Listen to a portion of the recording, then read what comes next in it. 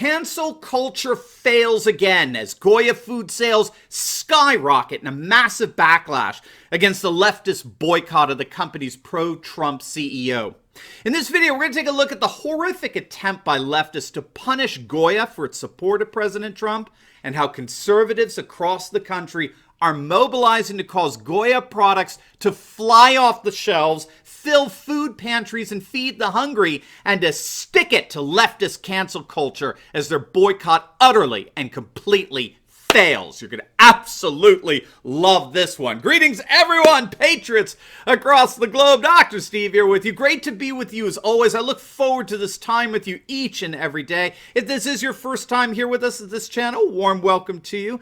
We post 2 videos a day analyzing current events and analyze some super awesome conservative trends so that you can live in the present in light of even better things to come. So if you haven't already done so, you know what to do. Make sure to smack that subscribe button. It'd be an absolute privilege to have you as a regular part of this channel. We're together each and every day. We get to celebrate the inevitable collapse of left-wing globalism and the unstoppable rise of a new conservative age. Let's start with our video chat question of the day. Do you plan on buying Goya products to stick it to the far left? Let us know in the comment section below. Do you plan on doing what we call a boycott of Goya, right? Buying their products in response to leftist threats at boycotting their products. Let us know what you think. Should make for an interesting discussion for sure, because in the end, you know, we're going to actually find that in many respects, our economy is actually beginning to reconfigure around political sentiments in such a way that will indeed spell the end of cancel culture once and for all. You're not going to want to miss this.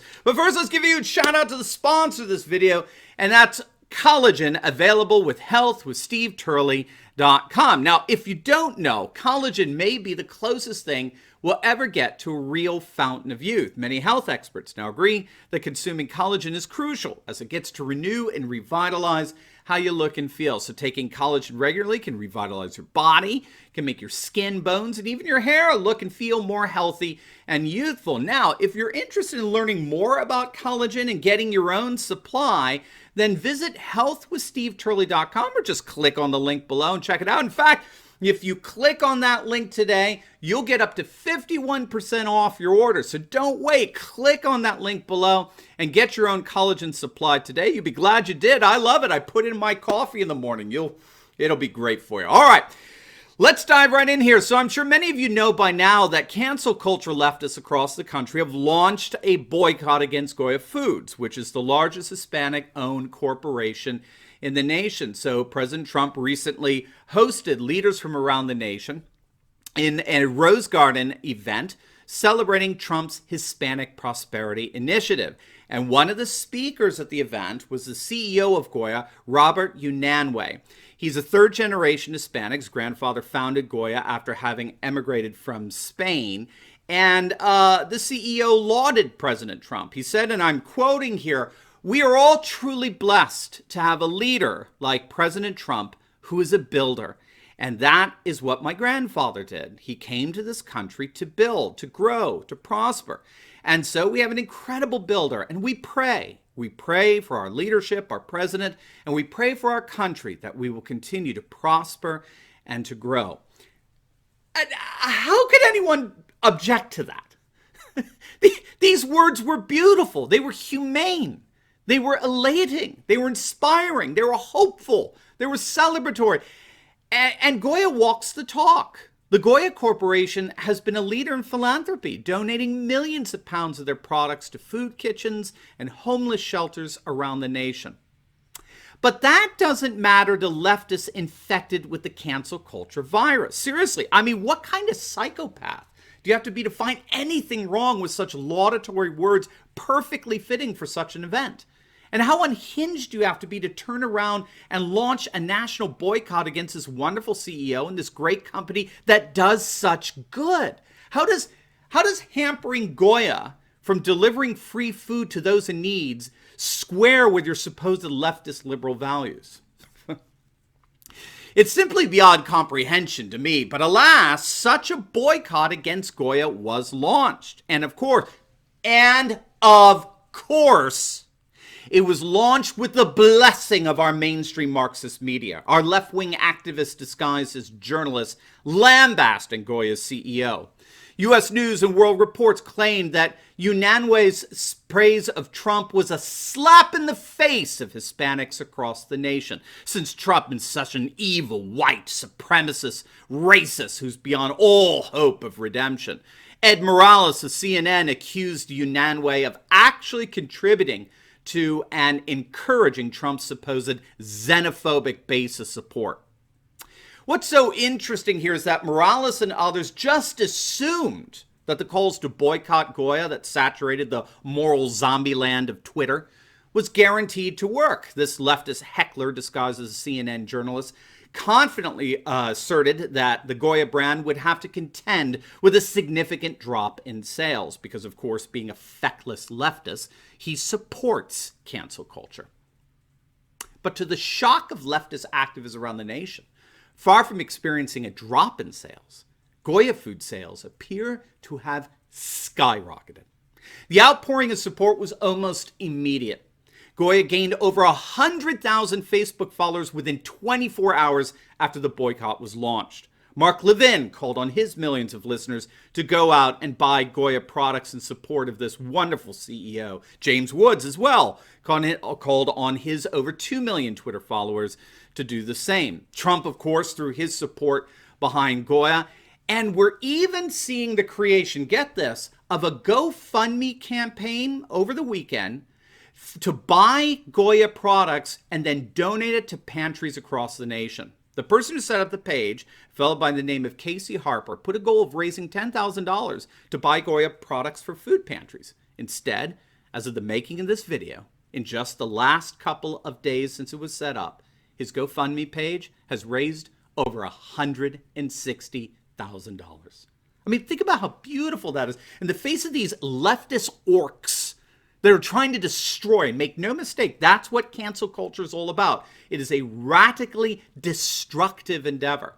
In the midst of these orcs hell-bent on nothing, absolutely nothing, but destruction and desolation and extermination, you have citizens across the nation giving of their own money and resources to buy massive amounts of Goya products to feed and bless the hungry and those in need.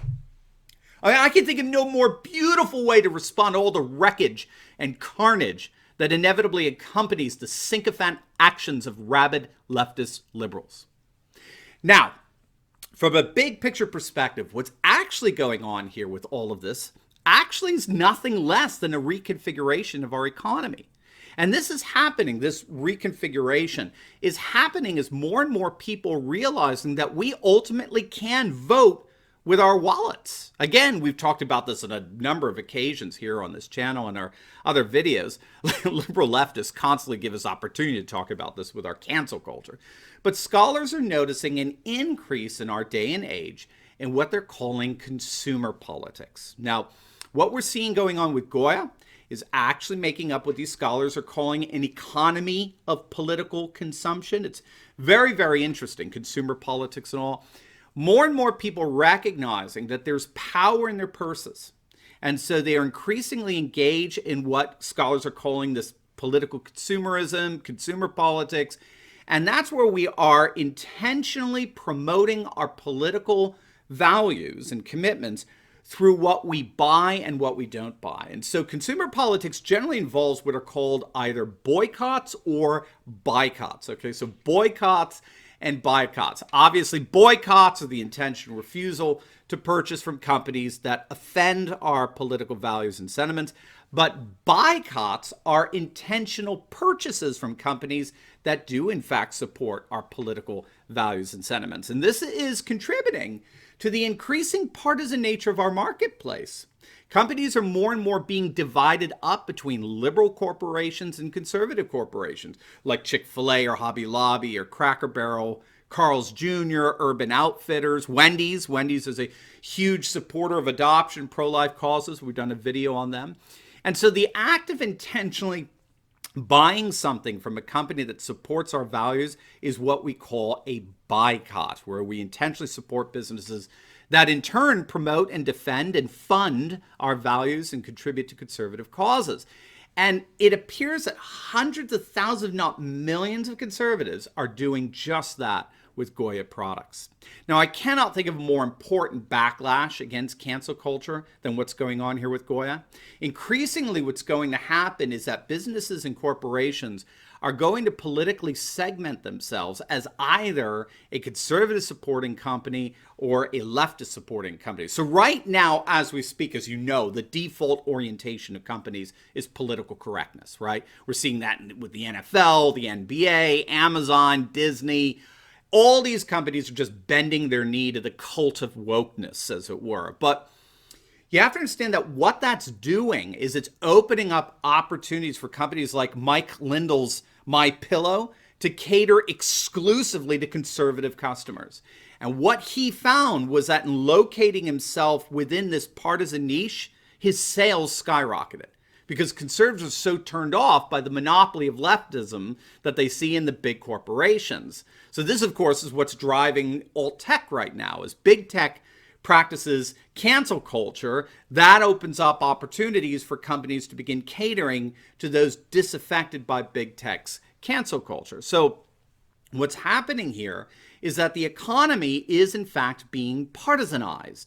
It's increasingly reconfiguring around political sentiments as more and more consumers use the power of their wallets, right? The power of the purse, as it were, to promote their political values. And the effect this is going to have is that it will inevitably cancel culture.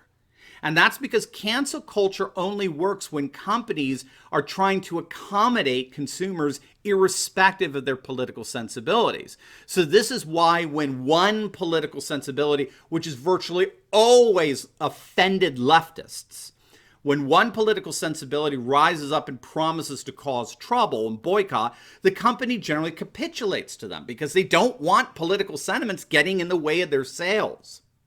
But if a company has positioned itself in the market to intentionally cater to a particular political sentiment like we do here, right? There's nothing the other partisan side can do about that. They can't threaten them since they don't purchase from them in the first place. So as companies become increasingly partisanized, so for example, as the companies that advertise on Tucker Carlson's show become more and more positioned to cater almost exclusively and solely to a conservative audience, there's nothing liberals can do to threaten them anymore. Cancel culture is effectively canceled in an economy reconfigured around political sentiments. So, well done, Goya. And well done, conservatives across the nation. We have effectively beaten back cancel culture. And as such, we've contributed to the flourishing of conservative culture. And more than that, we've exposed the increasing futility of leftist liberal activism, whose days are thankfully numbered. Now, before you go, you will definitely want to check out my latest video. I just uploaded it on President Trump telling the Democrat governor of Minnesota to shove it, as this leftist governor had the goal to request that American taxpayers pay for all the damage left behind from our nation's looters and rioters. You are not going to want to miss this one. So make sure to click on the link and I'll see you over there. God bless.